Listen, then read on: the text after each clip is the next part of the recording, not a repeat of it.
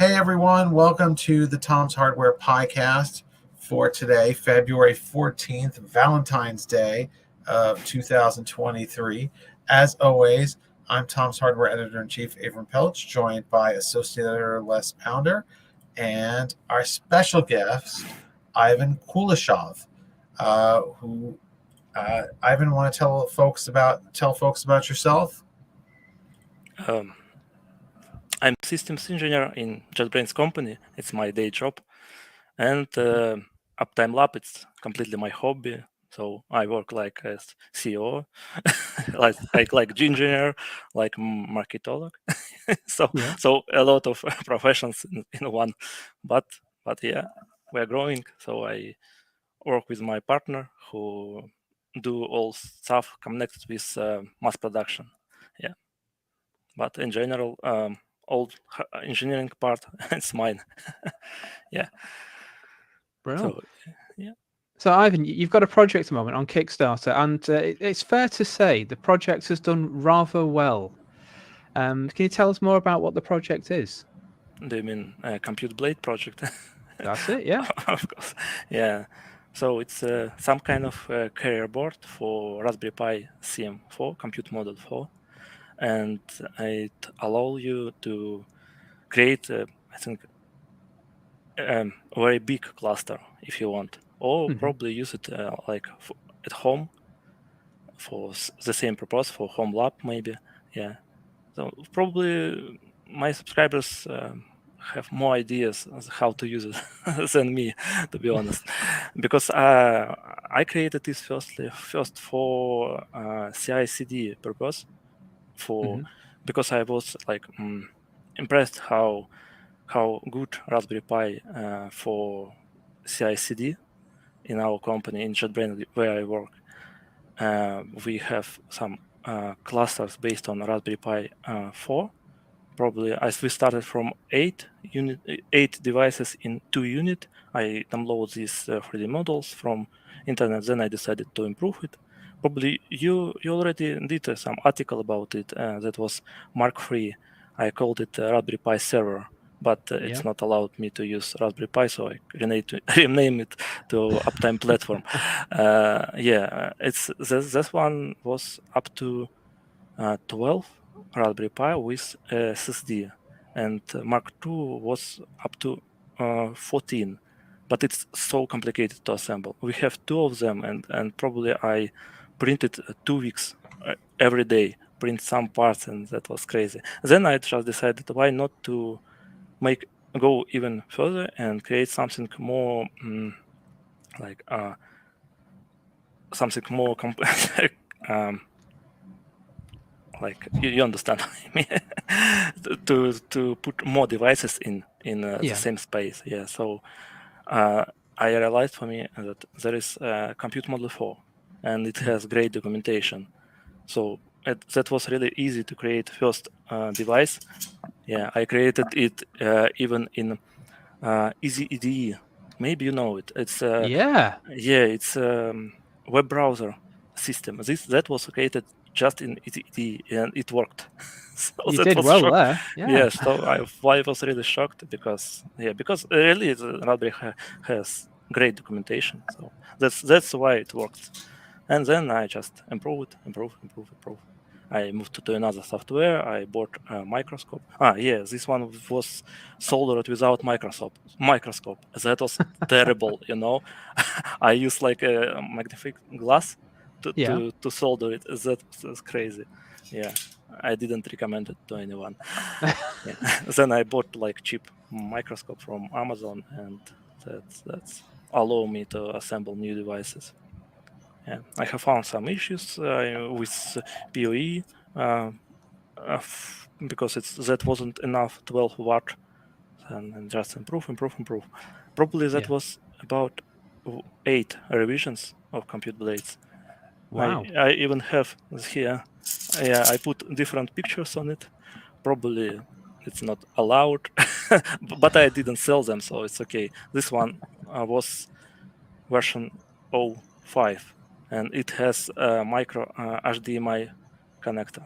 That was terrible idea as well, because so hard to solder, and adapter. I really I can't find adapter. Yeah, they're quite anytime I fragile will as try. well. Micro HDMI Yeah. ports. Yeah, and this one also was soldered by myself. Yeah, and was this one. That was funny Oh, because nice. I used this picture, and just in a few days, Matrix 4 was announced, but I had no idea that Matrix 4 in production film. I mean, so yeah. Very cool. So your latest version that you've got on the Kickstarter now, can you tell us more about what that board does, what features it has, and what people can expect from it? This one has a lot of features. I think one of the latest improvement was improve power voltage from for CM4 itself. So it uses 5.1 volt instead of 5, and this allows me to overclock all CM or all release candidate second board up to 2 gigahertz without any issues in production. Nice. I can recommend it because overclocking it's not a good idea, but it works. So and works great for release candidate 1 without this power upgrade. We had issues with throttling and low power issues sometimes on high load. But after increasing PoE module and voltage, all errors gone, and now it works great. So other Wow. things like USB C port, you can update your bootloader with this board without disassemble the device. Oh, of course, it has a TPM module on it. And when I started with this model, there wasn't support from Raspberry. There wasn't any secure boot features. I maybe in the documentation I still have like a small note that secure boot currently not supported, but late last year they supported. So now we can really implement secure boot on the blade because of TPM model, and it's hidden under the CM4 itself by reason, because it shouldn't be physically acceptable when you use the device. Yeah. Also, it have button. Yeah, here you can program it as you want. Yeah. 2 LEDs here, digital LEDs, and I have some scripts which can be used for that. But it's like it's usual GPIO pins on Raspberry, so it can be easily programmed how you want. It even has SD port, SD card, but I recommend to use it only for debug. For example, you have CM4 Lite, and you set up it like first boot from SD card, then from NVMe drive. If NVMe drive falls, you can insert SD card and boot it from SD card for debug. Yeah, and also it has UART connection. That's even better than HDMI itself from my side, because if you use it, you can get much more information about how it boots, how it works, and you can like control it from this port. Yeah, and small port here for custom like HUDs maybe, or maybe modules, or maybe I have no idea how we can call it, but you can use it like a part of Raspberry Pi 4 GPIO pins. Some of models will work right out of the box, like real-time module. It's just connect and it works. Zambit module from Zambit company. It also will work. It's security module. Yeah. You can just connect it somehow here. Yeah, like that. It also Very has nice. a battery on it. So, what is the most of these that you have tried together so far? I mean, the idea is it's going to be a blade surface. You're going to have it in a rack, right? Have you tried a bunch of them together? I have one rack here. Yeah, just assemble it. It's for 10 blades, but there are nothing on it yet. I have tried install the Kubernetes, normal one, Kates, and it works great. I also have Kubernetes cluster here, by the way. Maybe you remember this. Yeah. Instagram very like this Wow. device. Yeah, I remember that. Yeah. It's usual Raspberry Pi with 4 GB. And custom cooling. But in JetBrains company, we use it for CI/CD purposes, like part of our TeamCity system. They are agents for some kind of task for building application and mostly for testing, because for testing Raspberry Pi, for testing with ARM platform, Raspberry Pi, it's like you have no choice. Really, I have no idea what you can use instead. Maybe new dev kit from Microsoft, but I'm not sure how you can install Linux there. It's good for Windows. We use them as well as we use M1 and M2 Mac Minis. You probably seen my stand for them. But Raspberry, we can't replace them. We have tried some clones. I'm not sure if it's good to talk about them here, but we stop with Raspberry because they really works. The project just work without any issues. Sometimes we updated them manually, but all in all, everything fine. We have 36 Raspberry Pi 4 and 40 compute blades now, and Wow. no issues. Probably for the whole time when we started, that was maybe 5 years ago, only 2 PoE shields from Raspberry Pi 4 was broken when we moved them to new server room. I have no idea why, but just 2 PoE shields PoE, so it's not too bad. And with blades, everything fine. Cool.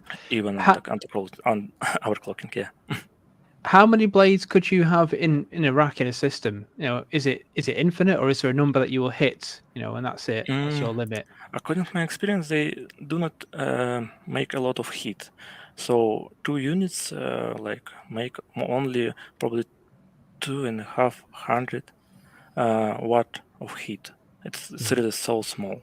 In a server room with temperature 22 degree, CPU from on Raspberry will not hit more than 50 degree Celsius. And about how many devices you can put in a rack, it depends, because for 2 units you have to install one switch, at least one switch. So if you have 42 units, you can count. So That's you a have lot. it's a lot. We have only one limitation. It's you have to install a switch, but it's not a lot of power wires. Only one wire from switch to Raspberry, and it can be short, so a lot of devices can be installed in rack. You can even if your server room allow it, you can even put them from both sides and make like hot corridor inside of the cabinet.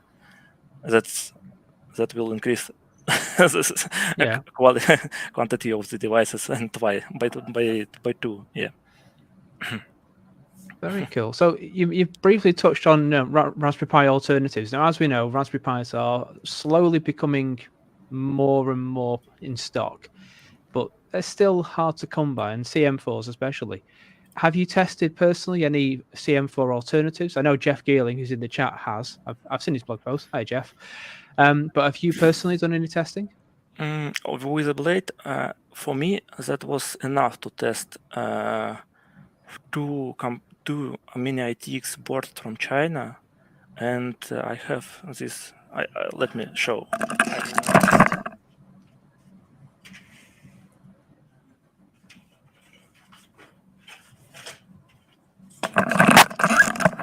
I have this device. I can't remember what is it, but it have 16 gigabyte of RAM. It uses ROG chip. I really forgot what is it, but it's really a great alternative because of performance. But software support so terrible. So we even haven't. It's really hard to install a Linux here. So I can't. We have to create systems that we can support easily. But with this system, okay, we will set up it once, but when operating system update comes, we have no idea how it goes. We had 2 ARM PC based on another CPU, ARM CPU, but we have problems with it with Windows. Windows updated and the device stopped working at all. So Yeah. with Raspberry, I can be sure that everything will work because some of my friends are still using Raspberry Pi 1. That's really old device, but it still works. Yeah. You can update it. There is a big community where you can ask people for questions. You can find answers how to replace it, what you can change maybe. I think a lot of people can even help you with fixing. I mean, hardware part. With this device, I have no idea. If something broken, it's too complicated to fix. Hmm. By the way, yeah, here we can see even like 1 mm parts. It's so small. With the blade, all parts we use, and that was 03, 06 probably. So 3 mm on 6 to 6. You can see it's a pretty big component. That's because you can fix it by yourself if you have skill. Or you can ask your friend who have just soldering iron. Because, but in general, I have no idea what you can fix. Probably if you broke something by mistake or like by accident, but it's designed to be like very reliable. Yeah. Oh, understood. Yeah, it's just interesting. You've got all these alternatives. So you got I'm reading Jeff's blog post here. Cheers, Jeff. Big Tree Tech CB1, Pine 64, Redaxas, CM3. You've got all these alternatives out there, and it's because the CM4 is still hard to come by. I'm sure people are going to try different combinations of different boards to see what features they can get. So it would be interesting to see and performance against all these different types put together versus a CM4. Because as you say, with Raspberry Pi, you've got like a standardized platform, a harmonized platform almost, where you understand what you've got, what hardware you've got, how it works with the software that they support. Whereas the alternatives, they may appear more attractive with more RAM, better CPU, etc. But sometimes what we really need is to support software and hardware wise, and sometimes that's quite lacking. So it'd be interesting to see how things transpire. Yeah, but your Kickstarter, that's been live now. Is it about a week it's been live for? I think we started on Friday. Friday? There you go. Not even a week. And Yeah. I've got the live page now. So I'm in the UK, so it's No, £572,000 you're at, which is fantastic, to be fair. There you go. You can see that there. Did you expect it to get that much? To get to that value so quickly? Probably, yeah. Yeah. Yeah. All right. Be honest. To be honest, yeah. Why not? Because I believe in my project. I see the community, the reaction of people, how many subscribers we have. So, yeah. Thank you for your support. And there you go. yeah. 845 people have backed you already. And I mean, is there a pattern? Are people buying multiple units to make their own racks, or are they buying a single unit? Yeah, so you can check with Fliga how many people order full rack, and I was impressed how many, to be honest. Yeah. Yeah. So more people are going for a rack rather than just getting an individual unit. Yeah. Wow. 10-inch and even 19-inch. It's very expensive because with 19-inch rack, I also offer people CM4 because we have found a distributor who will provide us CM4. I hope everything will be fine and we will get them in 3 months when the Kickstarter will end and we'll start shipping to people. Yeah. There you go. One of your backers in the chat now. So Roderick went for half a rack. Nice. There we go. Nice.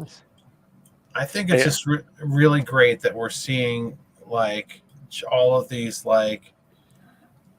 ways of using Raspberry Pi in these like high power computing situations by creating blades, by creating clusters.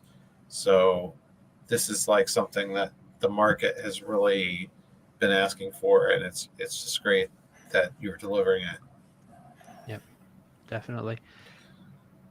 Pies and racks are very popular. We had Chris Benson before the end of last year on the show with the TARDIS rack of Raspberry Pis behind him, and that was a ludicrous amount of pies in a small space. But you could do it even smaller with this. So Yeah, I hope he's watching. If you want, I can show you. Yeah. Should I? Let me.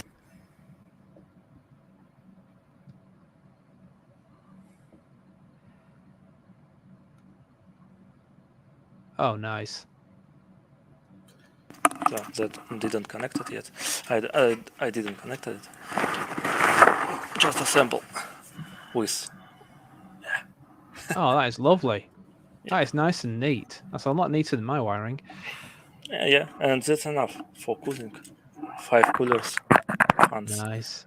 Wow, fantastic. So you can just probably, I hope it will not broke. Yeah. So that's fun unit. You can replace it. This one from first generation I did. Second one with powering from 2 blades, but you can control the fan with one of them, and it's like a second generation of not smart fan unit, because smart one will also power from 2 blades and have its own Raspberry Pi on it to control fan based on airflow temperature. That was really fun to develop device based on RP 2040. Cool. Yeah. So, speaking of cool projects that we have, Les, what have you been working on this week? Well, this week, really, I've been on holiday for most of it. I only came back yesterday, but while I was off, I picked up something to play with. So, I'm a child of the 1980s, and I love old retro tech. So I picked up a Game Boy. So yeah, it's a Game Boy, isn't it? Nah. It's got on there RetroPie. It's actually got a Raspberry Pi 02W inside of it. And I have to say, I've got a number of handheld game consoles, retro game consoles, but this is by far my favorite because it feels just like a Game Boy. It actually in your hand, it feels like the plastic of a 1980s Is that Game a Boy. retro flag? A GPI retro flag? Yeah, retro flag. Let's get it in shot. Yeah, GPI case 2W. That's a good one. I actually have one of those at home as well. Highly recommended for folks who want that handheld Game Boy-like experience and want to do emulation. I wish I'm at the office today, so I don't have all my gear here. But what I would wish I could show folks is something that we've kind of shown on the show before, which is that I got my Galactic Unicorn in the mail, which is a Pimoroni LED strip that is powered by a Pico W, and it's 53 by 11, and it has a lot of really neat stuff on it. You can attach Stemma QT devices to it. It has Wi-Fi built in, and my son and I have been working on it to try to make it into a side scroller game that will play on the LEDs. So it's kind of a long-term project, but we think this format is really great for that because it has the built-in Wi-Fi. We can easily control it, and so really impressive. Nice board. Really impressive board. So we only have a couple minutes left, but I want to take some of the questions that we have here. Audrey asks, what are your plans for after the Kickstarter? Hold on. There we go. My plans. Okay. I answered on Discord about that. For me, it's like a deep forest because I really I'm sure that everything will be fine, but I have no idea how exactly. So probably we will find a solution how to produce and sell the blades because now already we have great production line. So probably we'll find how to do that, but how exactly I can say.